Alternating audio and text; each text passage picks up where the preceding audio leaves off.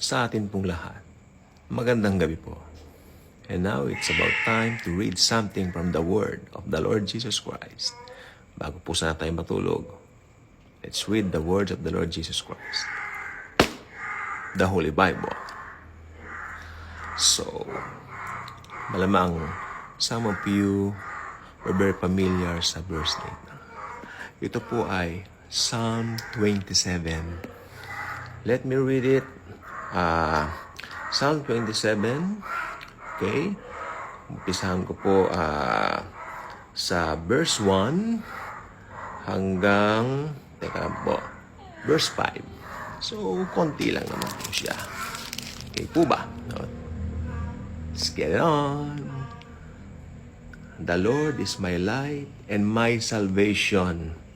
Whom shall I fear? The Lord is the strength of my life. Of whom shall I be afraid? Yan.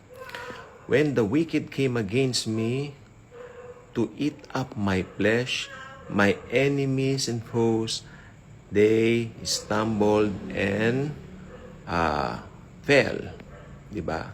Though an army may encamp against me, my heart shall not fear. Tama po yan.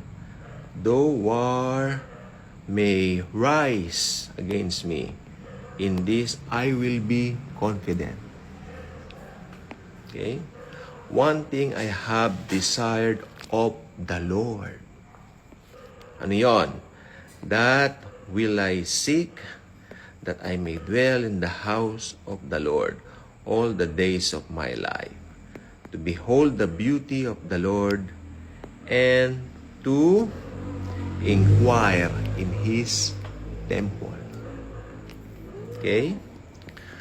For in the time of trouble, He shall hide me in His pavilion. May pavilion pala si Lord Jesus, Grabe to, In the secret place of His tabernacle, He shall, what? Hide me. He shall set me high, upon a rock.